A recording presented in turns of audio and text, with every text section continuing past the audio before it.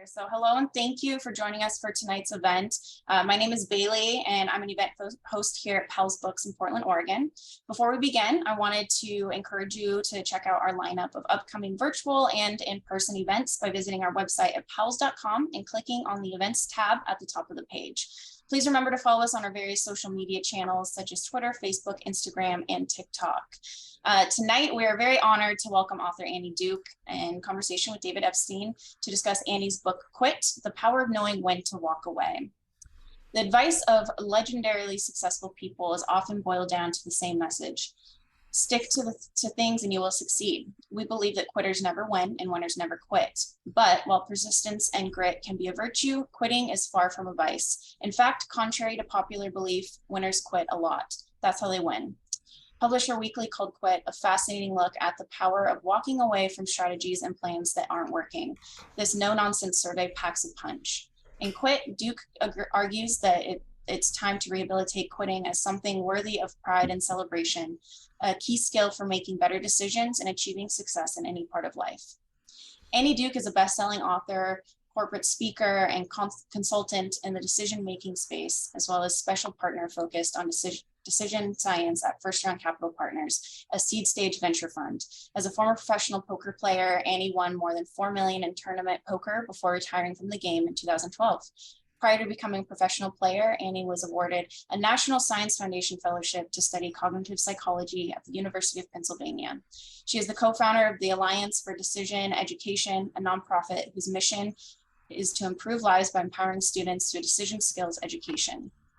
Annie will be joined in conversation by David Epstein. David is a science writer and author of the New York Times bestseller range, Why Generalists Triumph in a Specialized World, and The Sports Gene. He was previously an investigative reporter at ProPublica, and prior to that, a senior writer at Sports Illustrated. His 2 TED Talks on human development and performance have been viewed 12 million times. This evening's event will also include a Q&A. Please use the Q&A button that's located at the bottom of your screen if you'd like to ask a question at any time. If someone has already typed a question that you'd also like to know the answer to, you can upvote that particular question. Perhaps most importantly, please support Annie and Powell's by purchasing a copy of Quit. Keep an eye out in the chat where I'll be sharing links to purchase these titles. Now let's give a warm virtual welcome to Annie Duke and David Epstein. Thanks so much, Bailey. Annie, thanks so much for asking me to do this. It's a real pleasure. Thanks everyone for coming. And I want to jump in just by sharing, for people who haven't seen it, your book cover, because as an author myself, thinking about, going to a publisher and pitching, I've been to a lot of airports lately, so I've seen sort of triumphant book titles, and thinking about going into a pitch meeting and saying, look, it's going to say Quit across the cover with hanging boxing gloves, evoking, the stigma of what we call people weak for quitting on their stool in a boxing match, right? So it seems to me to express sort of everything that is kind of the opposite of most of what I see on the front of airport book displays. So I'm curious if you can talk just a little bit about, how you got this idea and how you pitched it as a book idea. So I actually pitched it by talking to my editor and saying, I want to write a book called Quit. And I have a wonderful editor. Her name is Nikki Papadopoulos. And she kind of looked at me for a second. I said, like the opposite of grit. And she did get it right away. And where the idea came from was just really understanding, in a lot of my writing, I talk about the problem that we have as decision makers, which is that we have to decide under conditions of uncertainty. So when we start things or when we make a choice to start something, we usually know very little in comparison to all there is to be known. And I'm sure like David, you as I have had that feeling of, I wish I knew now what I, I wish I knew then what I know now. And that's that feeling of, we don't know everything when we start things and we're going to discover new information after the fact. And then there's also just the influence of plain old luck, right? Like sometimes you make a really good decision with lots of information and things just kind of don't turn out your way. But we have this really valuable option, which helps us with this very hard problem, which is when we discover new information that things aren't going the way that we had hoped, we can quit. We can stop doing it. We aren't handcuffed to our decisions for the rest of our lives. And I've written a little bit about that in the past. And after my last book, I started really thinking about, it was about 3 paragraphs in my last book on that particular topic, how nice it is to have that option. And I started thinking, but all we're taught is that we're supposed to stick to things. And if I call you a quitter, you're a loser. And what ends up happening is that we don't actually use this option to stop things when we get signals that they're not going very well. And that's such a shame because it slows our progress down. When we get mired in dead end jobs or dead end relationships, or we stick with projects that aren't really causing us to achieve our strategic goals, and we refuse to quit them, that slows our progress down. And if we actually want to achieve our goals, we have to get way better at quitting. And I just couldn't let go of the topic. You know, you and I talked a little bit before about when you write a book, you sort of go through a recovery process. And after the last one, I was like, never again, I'm not writing another book. And that book came out in October. And by the end of October, I think that might have been when I reached out to you to have a conversation about this thing that was sitting in my head, because I just couldn't let it go. That's you're a strong person. I'm a once every 6 years kind of book writer. I think I'm Yes, going to but your quality is so high. stay on that schedule. But that's, I mean, it's fascinating that you're trying like a really big rebrand here, right? And I don't know of quitting, and I don't know to what extent that maybe comes out of your poker history. You know, to what extent do you think well-timed quitting is like a major competitive advantage in professional poker? Oh, well, honestly, if I had to pick the thing that distinguishes experts from amateurs, it would be quitting. Okay. So there's a couple of ways that where that manifests itself. The first is that you know, in a game like Texas Hold'em, where you get 2 down cards, people have seen that game on TV. If you're in a 9-handed game, professionals will choose to play. They'll choose to continue with the hand about 15 to 25% of the time. That means that, you know, for every 10 hands that they get dealt, they're quitting somewhere around 8 of them on average, right? So that's like a lot of quitting that they're doing, because folding is just quitting. Whereas amateurs will play over 50% of the 2 card combinations that they're dealt. So this is a really huge difference. Amateurs are playing somewhere, you know, over half, over twice as many hands as the professionals are player. Put another way, professionals are quitting twice as often just to start before you even get involved in the hand. Then once you get involved in the hand, we have this problem that will be thematic through this conversation, no doubt, which is now you've bet money, right? So when I choose to play the hand, I have to put money in the pot. And then more cards come. And if I choose to continue to play, I have to put more money in the pot. And the money that I put in the pot creates resistance to wanting to let the hand go when I find out new information. And that new information is like, what are the new cards that have hit? Like, what does that mean for my hand? You know, how is the other player behaving? Are they behaving like they have a very strong hand or a very weak hand? So when the cards don't go your way, or the behavior of the other player is signaling to you that maybe your hand is not one that's worth continuing, the money that you already have in the pot makes it very hard for you to react rationally to that signal. So professional players are just way better at not kind of getting stuck in the pot, like just saying, you know what, I'm going to cut my losses and move on because I value the chips that I have and I want to put those to use where I'm getting the biggest return on investment. And if I keep going here, that's not a very good use of those chips. Whereas you'll actually hear amateurs say things out loud like, well, I couldn't fold because I had too much money already in the pot, or I'd already bet too much money. And of course, the money they already have in the pot shouldn't really matter very much. That's another case where professionals are better at quitting. And then the third case is they're better at quitting the actual game, not just a hand. They're better at folding hands kind of at all points during the hand, but they're also better at just quitting the game because game conditions change or you change. You get tired. Maybe you're losing and you feel like you're not playing your best. Maybe you were playing because there were some bad players in the game and now those players have gotten up and left and some really good players have come in and sat down in that seat. And when you are losing, it's very hard to get up and walk away from those situations. And professionals are just better at doing that. So it's kind of across the board that this becomes really, really important. And I know it's sort of the inverse, right? Most people think they're better at raising or reading other people's hands or those kinds of things. So no, they're better at making sure that they're using their chips for the really good opportunities and ditching all the rest. Mm. Okay, so you've glanced off like 3 different topics that I want to get into. Okay, so the first one, is sunk costs, right? Yes. Some of what we're talking about there, the so-called sunk cost fallacy, the idea that once someone has invested time, emotion, money, effort, once they've invested something in a project or an endeavor, they are more likely to continue with it just because they've invested, not because it's a good idea.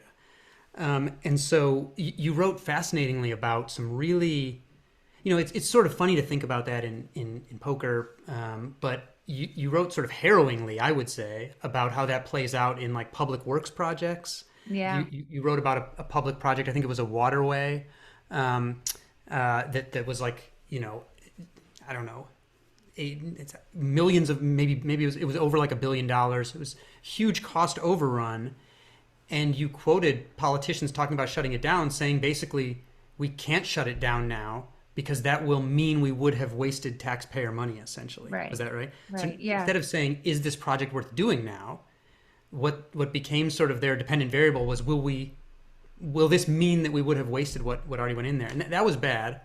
But even scarier when you wrote about was, officers or generals in war being told by Gold Star families, who of course you understand and feel for, when one of their children has died, that make sure my child didn't die in vain, like finish this thing, right? Yeah. And that's an aspect of getting entrenched in foreign wars that I had never thought about. And so on that note, we're gonna jump into the serious end of the questions here. I was thinking while I was reading about Ukraine today, right? Mm-hmm. If you were like, first of all, do you think if Vladimir Putin if you told him this is where he was going to be on October 18th, would he have been doing what he was doing in January? I don't want to ask you to like be his advisor, but No, I mean, me. I think we can all intuit that, and the answer is no. And it's not, as you pointed out, it's not particular to Vladimir Putin, right? Like we got stuck in Vietnam for a really long time. And, there was certainly very quickly a point where you said, if knowing what you know now, would you have started this war? I think the answer clearly would have been no. And I think that's true for Afghanistan as well. We were in that war for 20 years. I don't think there was ever a point at which we would have called it winning, right? We weren't winning that war. We certainly know that for sure, given what happened on the withdrawal, that we weren't ever really winning that war. But we were entrenched in it. And I think this is in general a problem. So I was actually hearing, I listened to Biden talking about, is there an off ramp for Putin? And, I've been known to be a betting person, and I would bet on no off ramp. And the reason that I don't think he would take an off ramp is partly for the reasons that you're talking about. And we'll get into more of those that have to do with national identity, particularly when it comes to politics. But just in terms of the sunk cost problem, once you put something into something, lives, money, effort, time, so on and so forth, it becomes very hard to let those things go, either because you want to get your money back, right? So that would be like in a stock situation, which is a very simple example of sunk cost. I bought a stock at 50, it's now trading at 40. I don't want to sell it because I want to get my $10 back. Now, of course, that's a fallacy, because what matters is, would you buy that? Would you use that $40 to buy that stock today? If the answer is yes, you should hold it. If the answer is no, you should sell it. It matters very little that you used to own it at 50, because that $10 is already gone. And what you care about is it a good use of my money going forward? Mm-hmm. Now, that is also true for, like, you'll hear people in jobs that they don't like. And you say, well, why aren't you leaving? They say, well, because I put so much time into learning the ropes and learning the culture, and I onboarded, and now I feel like I know my way around the system, and I trained for so long. But it's like, that's all stuff that you did in the past, right? And what matters is, if you're miserable, are you still going to be miserable next month or the month afterwards? And this is true for this very high stakes situation, which is war, which is where obviously it's incredibly heartbreaking that anybody loses their life in a war. But that feeling of, don't let my child die in vain, right? Like, go out and finish this war, go win it. It's so strong in us. But again, what matters is, given what you know now about the state of the conflict, is it worth it to put another life at risk? Mm-hmm. Does that make sense? And this reveals this problem that the sunk cost fallacy shows us, is that we naturally think of waste as a backward looking problem. I don't want to have wasted my time. I don't want to have wasted my energy, my money. But what waste really is a forward-looking problem. Is it right for me to waste time, money, so on, so forth going forward? And the irony is that the fear of having wasted causes us to waste more.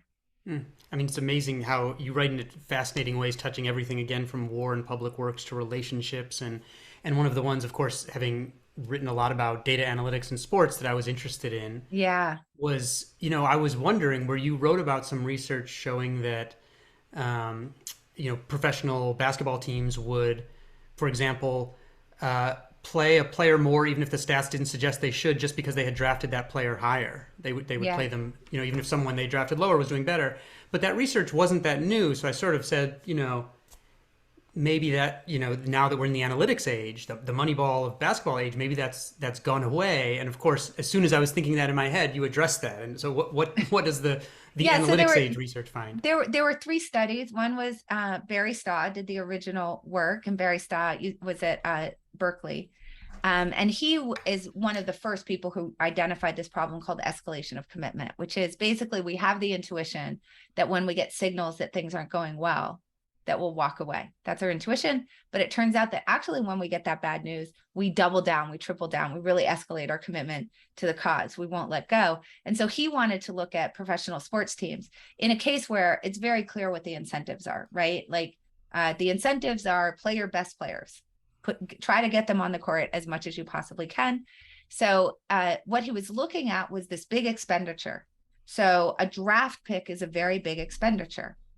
And he wanted to know if you looked at what the draft order was of the players, and then you looked at things like, on-court performance, productivity, field goals, rebounds, so on and so forth, the things that we would want to look at. Was the draft pick alone, separate and apart from that, predictive of how much time they spent on the court and how long their contracts were? And it turned out it was. If you took a player, a number one pick compared to a number two pick, and you controlled for their performance, they're equally good players. It was 23 minutes a season that the number one pick got extra than the number two, 23 minutes extra a season that the number two pick got compared to the number three pick, and so on and so forth. So this was a very big difference. Colin Kammerer in the 90s then replicated that work. So we had 2 decades so far that said, yes, that's true. But then this thing, data analytics came in, and then we get Quinn Kiefer coming in, and he says, no, that still holds. Now, does it get smaller? Yes. So each study from Staw to Kammerer to Kiefer, the results get smaller, but the results still stay. They're always significant. That separate and apart from all of these things that have to do with the things you would expect the decision to be based on, which is how good are they? Right. What do we know about their productivity on the court? That separate and apart from that, if you know their draft pick, you have a prediction about how long they're going to play and how long their contracts are going to be. So the first round draft picks generally are held on for about 2 years longer. So, this is controlling for performance. It's pretty amazing. All this research, it reminded me of some research about con men, that they start with small asks of people, because once you've given a little, you're like, well, I've given some already, I might as well give more. Slippery slope. Yeah, if teams with like these huge multi-million-dollar analytics operations have lessened their sunk cost bias, but still have it, like what hope is there for the rest of us who buy something and keep using it, even though we don't like it because we spent money on it? Like what can we do?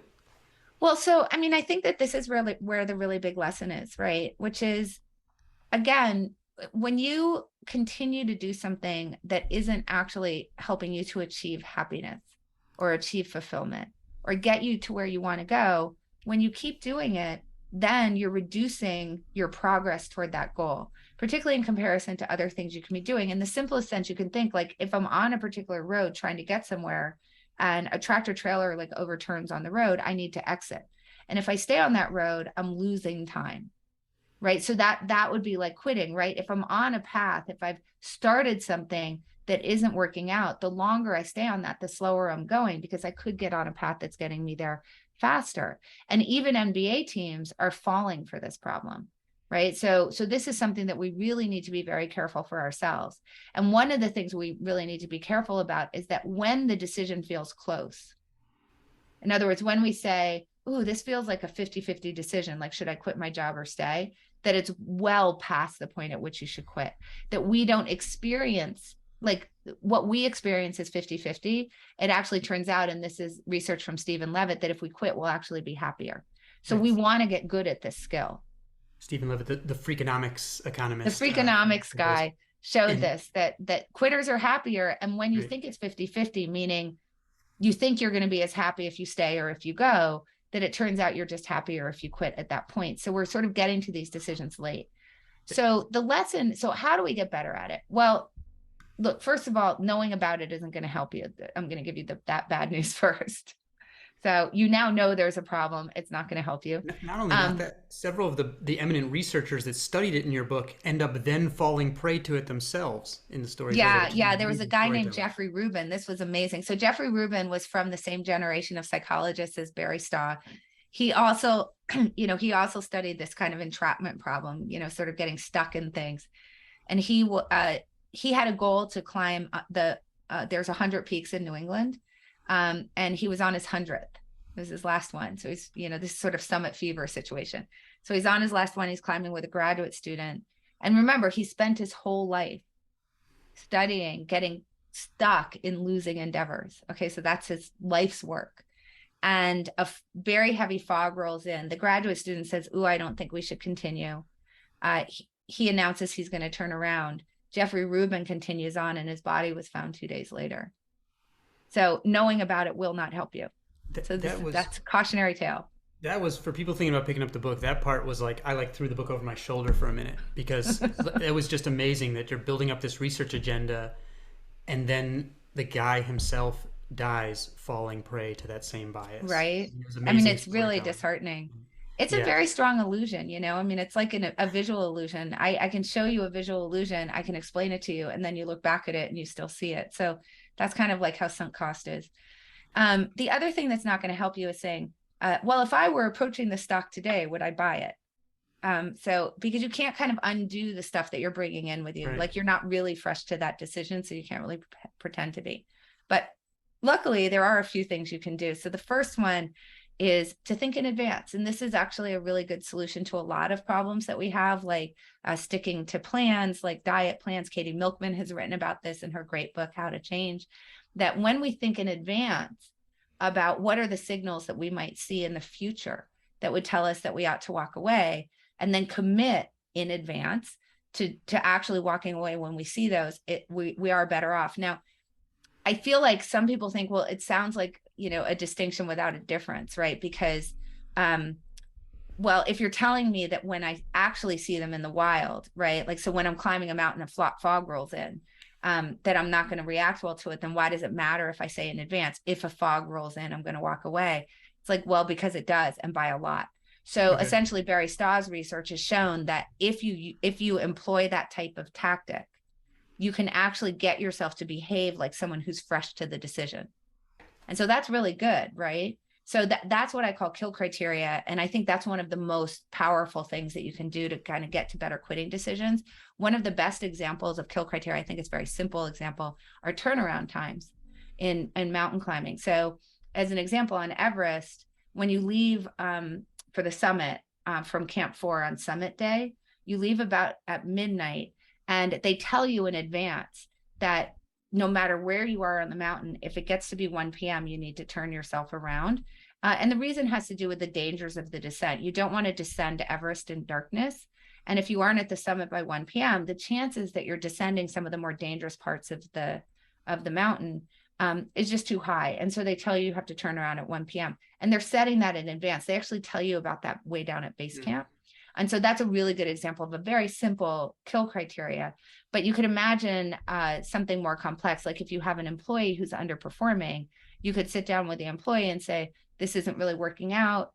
They'll say, I know I can turn it around. That's fine. Agree with them. But then say, all right, this is what I expect to see from you in the next 6 weeks that would indicate to me that your performance has turned around enough that I feel like this is a relationship that can go forward. And here are the signals that would tell me that that hasn't happened.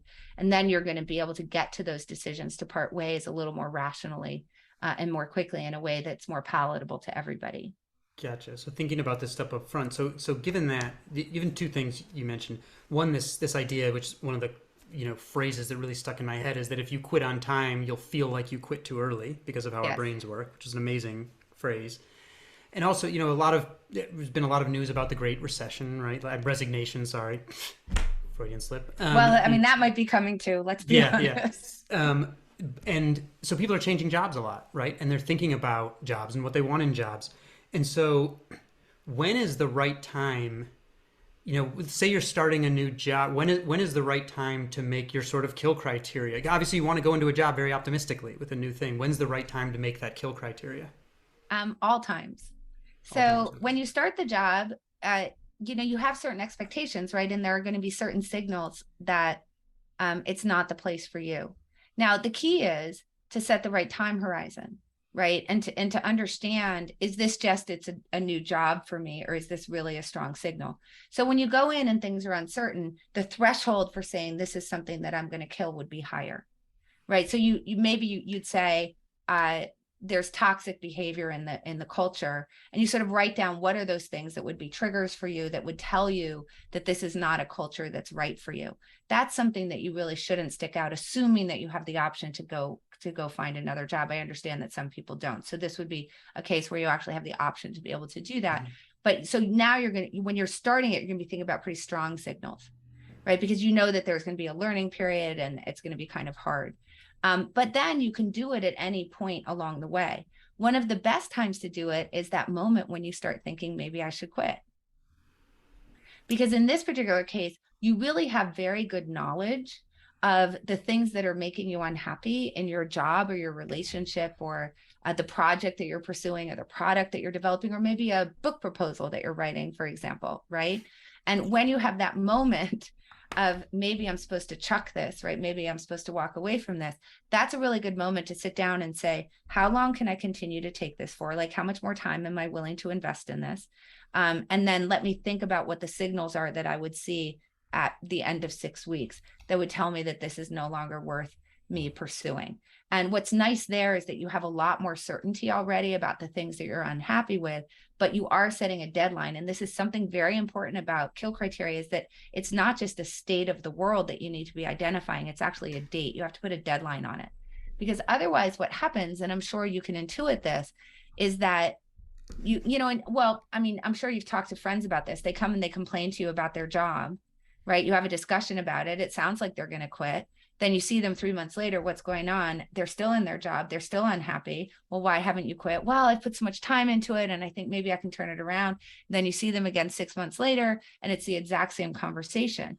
Why? Because they never put a deadline on it. So they're in this constant state of feeling like they can turn it around, which then causes them to stay in the job to try to protect the time they've already put in it, which makes them put more time in it, which then makes it harder for them to walk away yet again. And it kind of snowballs on itself, right? And it's just this self-reinforcing system. So that's why you always want to have a deadline.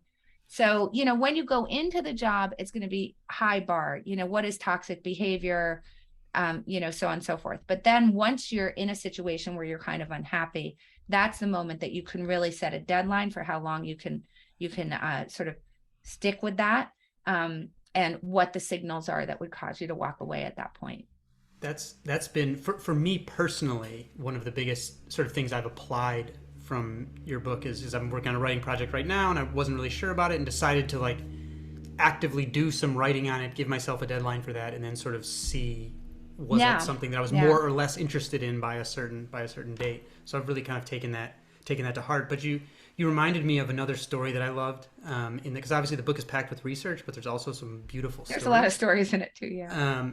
And it was about someone, you're sort of a character in this particular story where a doctor named Sarah Olston Martinez contacted you. I guess reached out to you. She was at a career crossroads.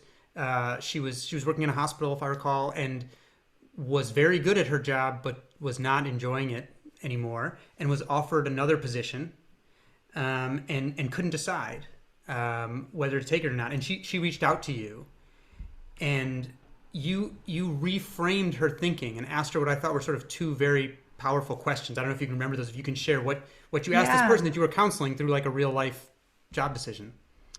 So here's the thing that I think is so interesting about quitting is that um we tend to get to the decision to quit only when it's really no longer a choice.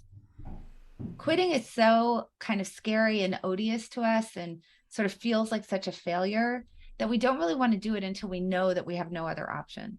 And even then, it's still hard for us to do, right? So, and if you think about it, that makes sense, right? Because then we aren't questioning ourselves, like, what if, because you already know what if, like I was already caught in the snowstorm, other people aren't questioning you. But this becomes this really interesting situation where then you get stuck in things you don't like and you're unwilling to switch. So what happened was I was, writing this book called Quit, and this woman contacted me through my website. And she just said, hey, like, I'm a random stranger. I'm sure you're not going to reply to me. Although I do try to reply to everybody who writes in. I'm not great at it, but I really do try. But she happened to get me when I was writing this book. And she said, I'm really having trouble. I'm thinking about quitting my job. I don't know what to do. And she had heard me on Maya Shankar's podcast, which is called A Slight Change of Plans, which is wonderful. I highly recommend it. And so, of course, I immediately wrote her. I was like, hey, do you want to get on a Zoom and chat about this? Because I was interested in seeing if this was a good, sort of lesson for the book. So I called her up, and she was an ER doc who had been promoted to hospital administrator. And the thing about being an ER doctor is it's essentially shift work. So you do your shifts, you come home, your work does not come home with you. But that is not true of being a hospital administrator. Then your work is coming home with you. It's basically 24/7.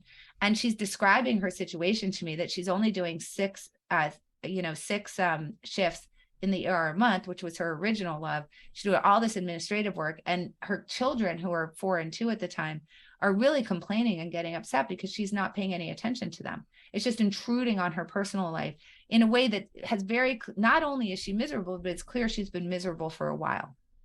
And she has another job in the offing with an insurance company. So at that moment, I'm a little confused because I'm saying, like, she's telling me how miserable she is. I don't understand, like, so where is the question here about whether she should take this other job? So I asked her outright and said, okay, I'm just curious, what is it that's kind of making you question whether you should take this other job? And she said something that is a very big cautionary tale we should all think about when we have this own dialogue with ourselves. She said, what if I take the new job and I don't like that? And I said, oh, okay, I see the problem.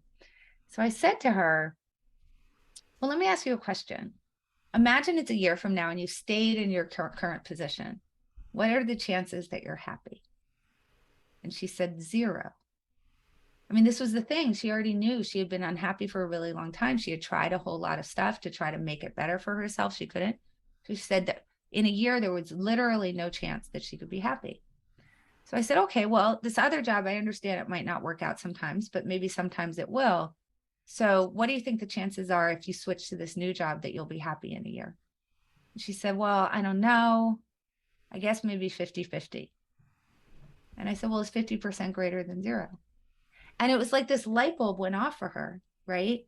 And she quit that day. And last time I checked, she was really happy.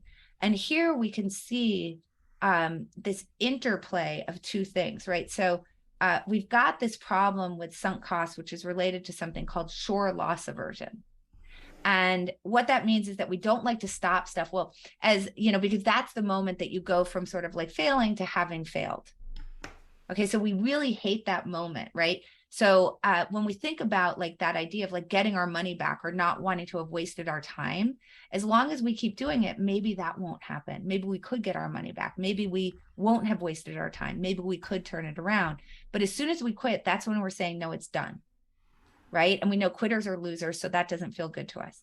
So now we combine that with this other thing she said, which was so insightful, which is, what if I take the new job and I hate it?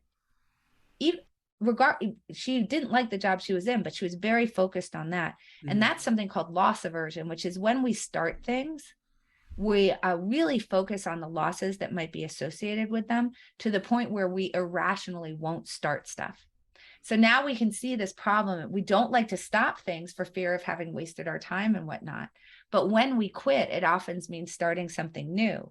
And even though like we're not happy in the thing we're doing, we get hyper focused on the chances we might lose at the new thing that we start. And that stops us from actually starting new things. So that all happened with her. And as soon as I just sort of pointed out like the math of the whole thing, like, okay, but you're way likelier to be happier in the new thing than in the job that you're currently in. It just like, it was like a switch, and she quit that day. That's interesting. I mean, so our brains are working against us in both Both directions. directions. Quitting, and You that know, we're we're being worried about prevented from losing. starting things, Yeah. and we're being prevented from stopping things all at the same time. And quitting also means starting something new. So we're getting it from both directions. I just think actually people could basically like steal that framing from you too if they're talking to a friend and just, Sure. what are the chances you'll be happy in this job that you're in right now a year from now, and what about this other one? Which of course Yeah, I there's no mean, sure thing, but if so it's zero I is use the answer to the first question. right, exactly. And so I use that framing in a couple of different ways. Like when people are really unhappy in their relationships, and they'll say, but what if I end up alone? I say, well, what are the chances you're going to be happy in this relationship? And then I say, what are the chances you'll be happy alone? You know, and it's always greater than whatever the situation is that they're in now. So I sort of frame it as not even like, do you think you'll find someone new and it'll be great? But like, would it be better for you? Do you think you'd be better off if you were alone? And I do that with employers also who are really worried about letting somebody go who's really underperforming, like underperforming, particularly in a way where they're toxic to the team that they're on. But they're really worried about just having that function not filled. And I'll say to them, well, imagine that person wasn't there. Do you think the team would be better off? And in those cases where the person is toxic to the team, not just underperforming, but toxic to the team, the answer is obviously, of course, you're better off if there's nobody in the role. The team will pick up the slack until you find somebody new, and the chances are they're going to be better. So we have to start to think about like the alternative, right? And what is the happiness or unhappiness associated with the alternative compared to what's going on now? But we don't really focus there naturally.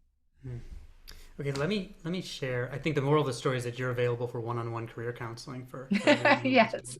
I want to share, I think, just a few quotes that I think are among both of our favorites from the book, and just have you sort of describe them. Because one, I think they're just fun. eloquently put. Oh, I like this. This will be fun. So I like having them anyway. Oh, I'll get my head out of the way. Grit gets you to stick to hard things that are worthwhile. I think that's pretty intuitive. We know that people are and familiar. that's true. And that's why, by the way, grit is great. But the rest of the quote is, but grit also gets you to stick to hard things that are no longer worthwhile. And that idea, this double-edged sword to grit is tricky. And let me say, as like, you know, I have a toddler, right? And I've talked to Angela Duckworth a lot about grit. And a lot of parents ask her, like, how should I talk to my kid about grit? So given that there is, you know, that you marshal this mountain of research to show there's really another side of the coin to grit where it can, you know, hamper you really. If you're in the shoes of, say, a parent talking to a kid, how would you talk about grit where you want to foster it, but you also don't want them to stick to hard things that aren't worthwhile? Yeah. So I just want to say at the outset, and I actually think this actually happened to you, but I've had a few people say, oh, I'd really like to see you debate Angela Duckworth. And I said, well, that would be silly because we'd agree. Because Angela isn't saying you should stick to everything. Right? She's saying like, try a bunch of stuff. She actually talks about, she has a phrase for kids, summer is for sampling, right? So try a bunch of stuff, find something you're really passionate about, stick to it, and don't stick just because it's hard. So the way that I would talk to my kid about it is, first of all, to understand what the goal is, right? So the goal is enrichment. It doesn't have to just be like, say, the piano, right? It could be, well, if you don't like piano, you're going to try art. If you don't like that, you're going to try something else until you settle on something that you'd really like. So that they understand, like, you have to have sort of a broader goal in mind that you are going to stick to, even if you're going to sample the way that's going to get you there. But the other thing I would do is use kill criteria. When my child is in a soccer game and they have a really bad day and they don't feel, you know, and they're crying because it was like really hard and they don't feel like they did well, or like they can't learn the piano piece or whatever it is, I would say, okay, that was really hard, but you have 6 games left in the season. Let's talk about what could happen during those 6 games that would tell you that this is something that you really don't want to pursue, but what could happen that would tell you that it is actually worthwhile and today was just a hard day. And actually set those benchmarks out for them and then say, okay, so we'll stick it out for the rest of the season so that we can get that information. And then if you don't like it, well, you know, sports are really important and they're worthwhile to pursue. So we're going to have you try another sport for the next season and we'll start over again with that. Because what you're really trying to get them to understand is not just stick to things. It's that it's okay if it's hard. You can get through it if it's worthwhile. So by handling it that way, you're getting them to focus on the worthwhile part as opposed to the just stick to it part, which is the message that people take. And it's a mistake to take that message. Well put. Okay, one more quote for you. Okay. Contrary to popular belief, quitting will get you to where you want to go faster. Now, I know that's has similarities with some of the things we've talked about, but that actually sounds even more deeply counterintuitive to me, because I'd say quitting might be smart, but the idea that it's, even if it's smart, is going to get you somewhere faster. What can you explain what you mean, or give an example? Well, so let's go back to the really concrete example, which is if you're on a road where traffic has stopped because there's a tractor trailer that's overturned, find the first exit. You'll get to where you want to go faster, right? So let's take that now to our lives. Let's say that your goal in a job is to find happiness and fulfillment in your career, and you're in a job that is giving you none of that. And you look ahead, you think like I did with Sarah Olson Martinez, I basically did the kid thing. Like, imagine it's a year. Do you think you might be happy? Right. And you see, no, this is going to continue. Well, then you're slowing your progress down toward actually achieving fulfillment in your work life. So if you switch to something else, because, you know, you'll get to where you want to go faster, because what we have to remember is this concept called opportunity cost, which is that whenever I'm doing something, it's preventing me from doing all the other things that I could do with that time. So if I'm in a full-time job that's 9 to 5, that means during that 9 to 5, I can't be doing other jobs or other things I might want to do with that time. And sometimes those other things will actually get you to reach your goals much more quickly, but we're not switching to them because we're focused on the path that we're already on. So it's not that quitting gets you where you want to go faster when the route that you're on is already pretty fast, right? It's when it's not a route that you should be on because it's no longer worthwhile. If you quit, then you can switch to something that is worthwhile, and that will just like get out of the traffic jam and go get onto a road that's clear. That's really what it is, and that'll get you to your destination faster.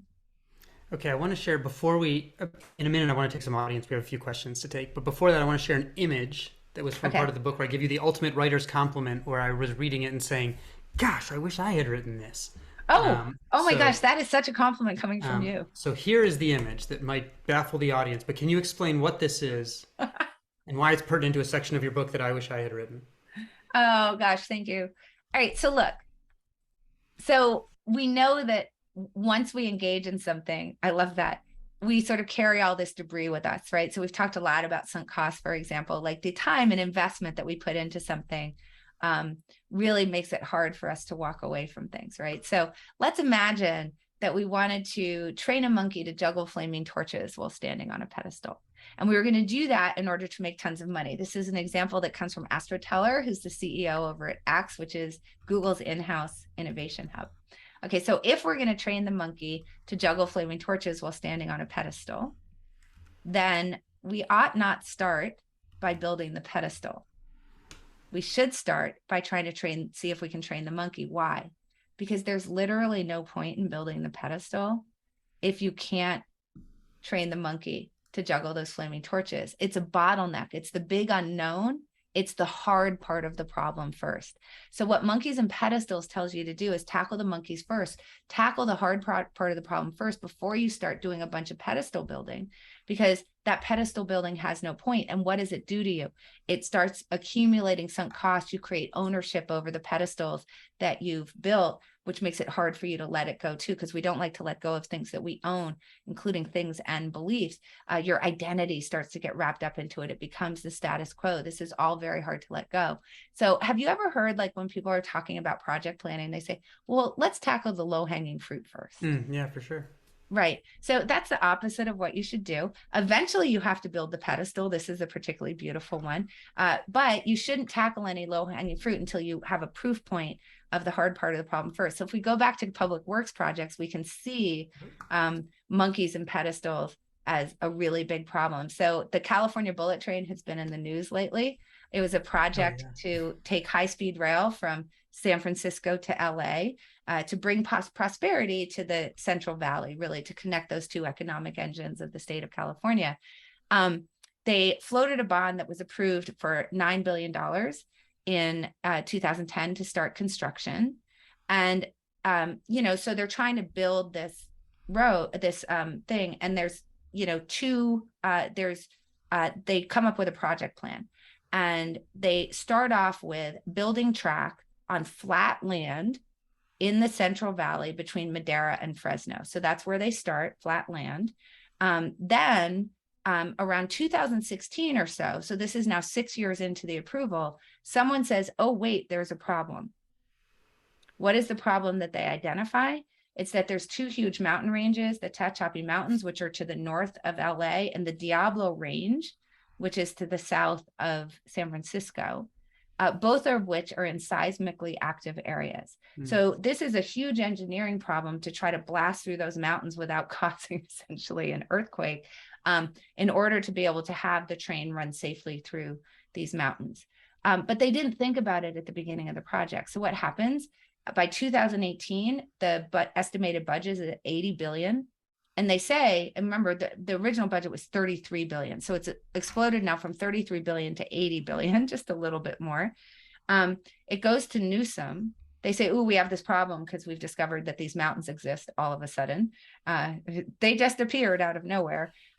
What do you want to do? And instead of stopping the project and saying, well, you have to figure out if you can blast through these mountains or not, he approves 2 more sections of track between Bakersfield and Merced, also on flat land, not tackling these mountains, and then also between Silicon Valley and San Francisco, which is to the north of Diablo Range.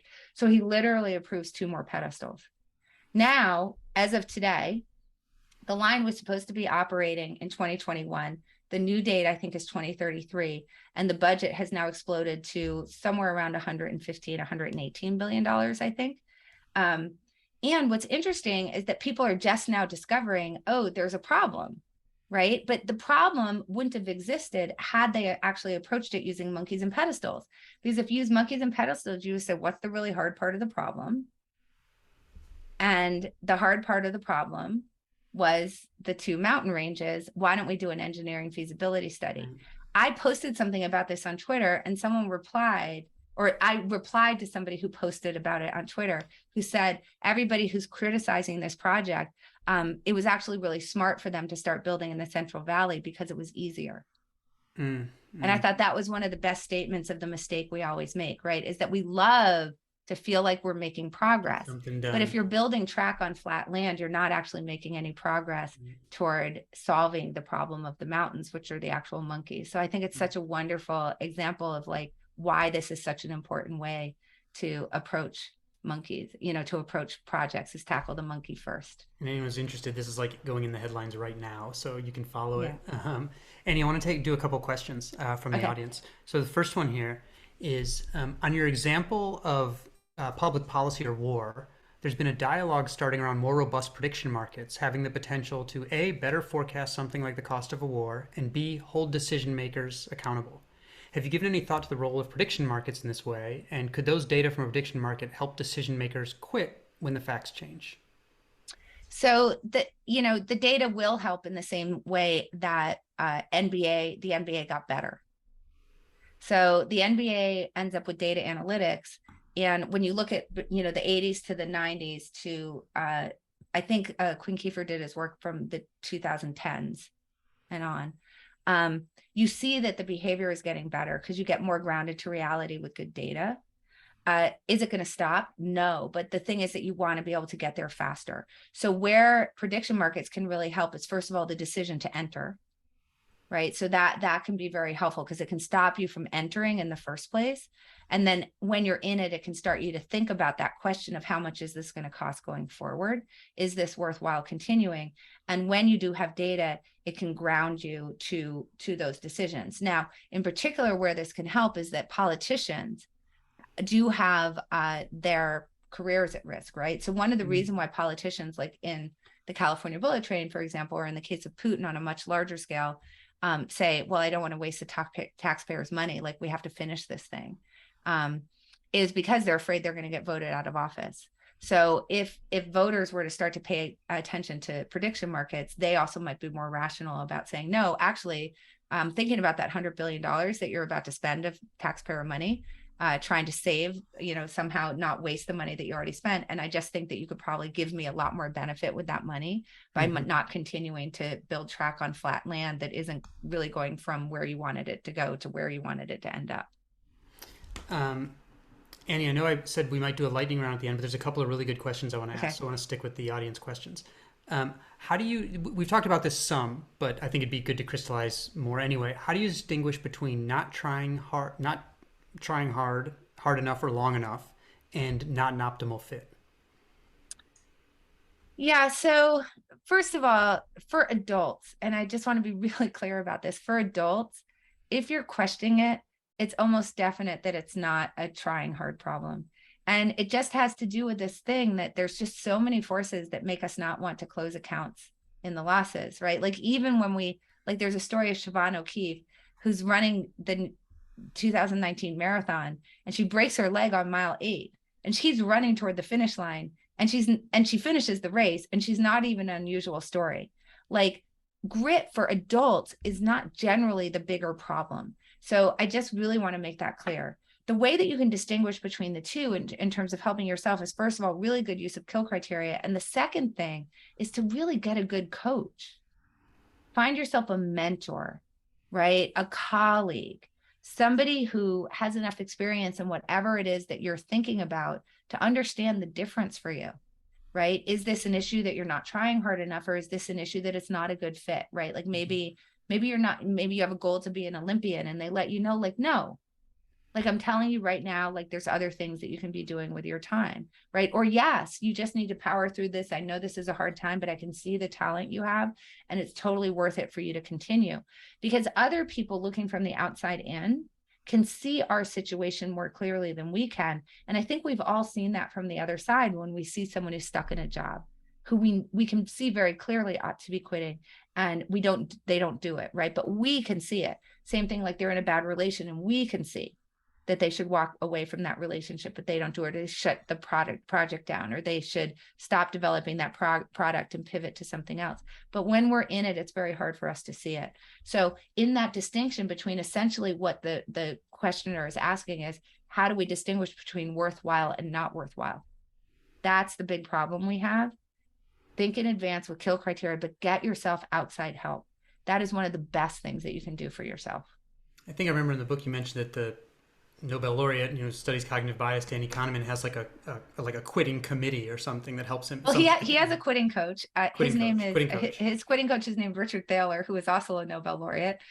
We should all be that lucky, but I think that the importance of that story is that Daniel Kahneman literally founded the field.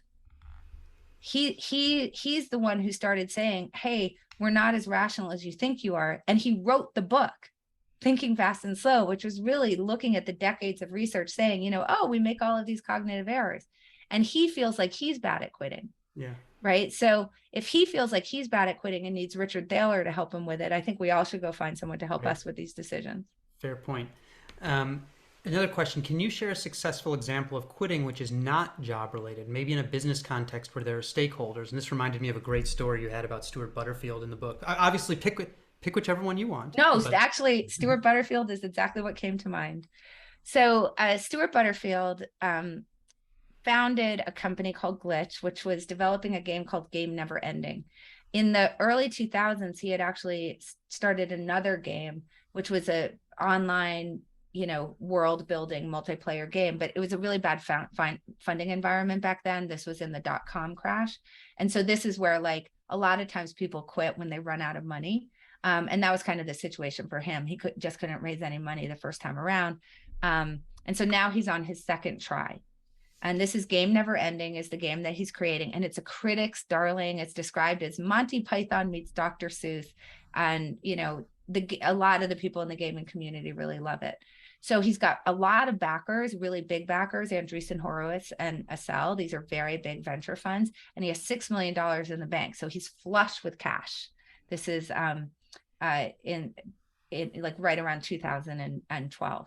So so the problem with the game was that it had 5,000 diehard users, which sounds amazing, except that for every one user that stuck around, they needed to get to about 95 to 99 other people who didn't stick around.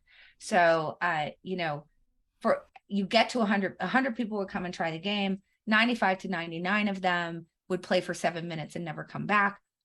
One person, right, would be like, okay, I'm in, and they'd play 20 hours a week. So the problem, of course, there is that you just need more people playing the game. Then you've got to reach out to more people. And up until this point, they'd only been doing like word of mouth and PR, like sort of natural PR that was occurring. So they all huddled together. They realized there's a problem. And they said, we're going to do a big marketing push. So they planned to do this huge paid marketing push for 6 weeks. And this is happening at the end of 2012. So they do that, and it's actually really successful. They start growing users week over week by about 6%, which is, amazing. And the weekend of November 11th and 12th, they have their biggest, sort of weekend of acquisition of new users. So Stewart Butterfield goes to sleep very restless night, wakes up the next morning, and he sends a letter to his investors and his co-founders that says, I woke up this morning with the dead certainty that glitch was over. Okay, that's weird. So the question is, what is going on here? Because everything seems to be going so well, right? Like they're acquiring users. It seems to be great. It's all good. Well, he did a little of what I asked Sarah Olson Martinez to do, which is sort of look at what does the future look like for you here? And what he realized is that if they continued to acquire users at the rate that they were, it would still be 31 weeks before they even broke even. And he felt that that was a ridiculous assumption to make, because obviously when you're doing paid marketing, at some point you sort of saturated your user base and you're starting to market to the exact same people who've seen it before, or you're marketing outside of the core gaming community. And it was that moment that he realized that this was not a venture scale business. He wasn't going to ever make it, to the big time. So he offers to return the capital back to his investors. And this is really important. He lets his employees go. And he said, the thing about it was that a lot of people in that situation will say, I owe it to my employees to keep going. And he said, I felt I had a moral duty to allow them to leave because they were working for very little money and mostly equity. And the moment that I realized that that equity wasn't worth their time, I owed it to them to let them go. So this is a really interesting perspective that would be the opposite of how most of us should think. That's why he's such a remarkable person. Particularly because his investors and co-founders are saying, why aren't we keeping going? And he said, no.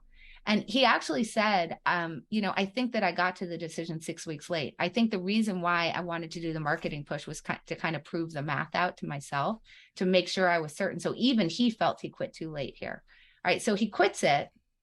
And remember when I said that the thing about when you're engaged in something is that you don't see all the other opportunities that are available to you, right? And this is part of why when you quit well, it gets you to where you want to go faster. Well, here's where we got to a really good example of this. So he shuts down Glitch. He said, I'm not sure if my investors and my co-founders ever kind of got it, but they sort of felt like, well, whatever. If Stewart doesn't want to do it, I guess whatever, but we shouldn't continue. But 2 days later, he says, you know what?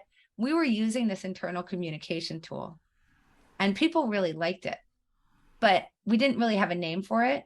But maybe that's the thing that I should develop. So he says, well, I'm going to come up with a name for it before I go pitch it.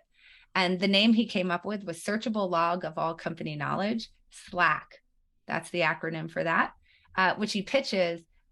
His investors roll their money into Slack. His co-founders sign on. He keeps as many employees as he can to develop this new thing. And we know what happened. I mean, I think it sold to Salesforce for like $20 billion or something like that. So, so this is a really good example of very successful quitting. We're just about out of time, but Bailey, can I do like one more audience question and then one like final point? Is that okay? Absolutely. Yeah. Okay, great. So, Annie, here's another question that just came in. Okay.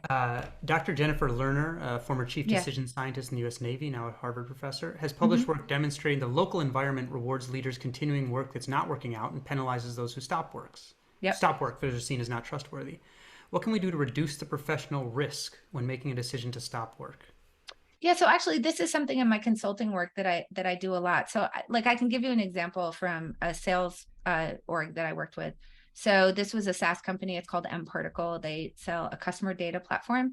And like, many people in the sales org, basically the leadership was trained that, and the salespeople were trained to just pursue leads and just sort of keep at it until it was sure that you weren't going to win the deal. And this is a terrible use of a salesperson's time, right? If you know that it's not going to work out, you ought to quit and get rewarded for it so that you can go spend that time pursuing the better opportunities and maybe developing new leads. So we did an exercise with them to develop kill criteria where I sent out a prompt. Just imagine you were pursuing a lead and it's 6 months from now and the lead is lost. Looking back, you realize there were early signals that was going to happen. What were they? So they generated a very long list, but they were things like, for example, in the first meeting, they only wanted to talk about price and nothing else. So that's a very adverse signal that says they're probably already in bed with a competitor, and now they're just trying to beat them down on price, right? So we created this list of those. We couldn't get a decision maker in the room, for example, and those now became a list of kill criteria. And now when they do deal review, they also check on the kill criteria. And now what happens is that if the seller hasn't shut the deal down when the kill criteria have been satisfied, that now actually is something that they get judged on poorly, right? So what happens is we created 2 streams of ways for you to be evaluated well. One is that you close the deal. The other is that you shut it down fast. And I think that we just have to be very explicit about these kinds of things so that we can start rewarding the quitting behavior better. And if we set out, and I've done this with other companies, when you start a project or when you invest in a company, when you put on a trade, this would be for people who are, like portfolio managers, that we set out kill criteria in advance. And then the following of the kill criteria becomes a way in a local sense for you to be able to start judging people positively for abandoning things. That's great. So I just want to apologize to people who put in there's a number of really good questions, but we can't get to them all just because of time. So I want to just share sort of one piece of advice that I hope you can comment on, and maybe we leave people with that I love from the book, which is you say that we shouldn't accept, why shouldn't we accept saying to ourselves, I'm not ready to make a decision right now, which I think is something that we all say sometimes. Because that is making a decision. So if I'm in a relationship and I come and talk to you and I say, I'm unhappy, I don't want to be in this relationship anymore. And then you see me a month later and you say, hey, what's going on? And I tell you, I'm still in the relationship. You say, well, what happened? Why didn't you leave? I'll often say to you, well, I'm not ready to make a decision yet. And you'll accept that, right? Like that's a valid sentence of English. But is it really? Because didn't I make a decision to stay in the relationship? And I think this is part of the problem we have with like status quo bias and something called omission commission bias, is that when we stick with the path we're already on, we don't really consider it a decision. It's when we switch to a new path that we think about it as a choice. So if we go back to Sarah Olson Martinez, this is where this problem is with I'm not ready to make a decision yet, is because we don't think about sticking with the path you're on as an active choice. When does loss aversion get activated? When does that fear that things won't work out get activated? Well, for the thing that we do consider a choice, which is switching to something new. But when you stay in your job that's a dead-end job in a toxic environment or a bad relationship, or you keep developing a product that isn't worth developing, or you keep up the mountain when the fog has rolled in, that is just as much of an active decision as it is to turn around. And we need to stop accepting that as anything other than that. I love that point. It's like, and it also, the whole book made me feel that although there are a lot of forces and intuition working against our quitting at the right time, that also means that you only have to get a little bit better at it for it to just be a tiny make a significant difference or be a competitive advantage. Yeah. And so I think it's a huge competitive advantage. That's the thing. It's like, think about it. Like, I mean, Astro Teller actually puts this so well. He said, if we can use monkeys and pedestals on a project, And it means that we shut the project down after spending $2 million instead of shutting it down after $9 million, which is how long it would have taken us to get there without monkeys and pedestals. We don't think that we wasted $2 million. We think we saved $7 million.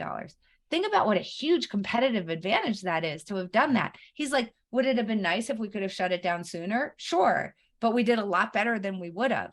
And I think that's the thing that we have to remember is every little bit of time that we save is so valuable to us because our lives are so short.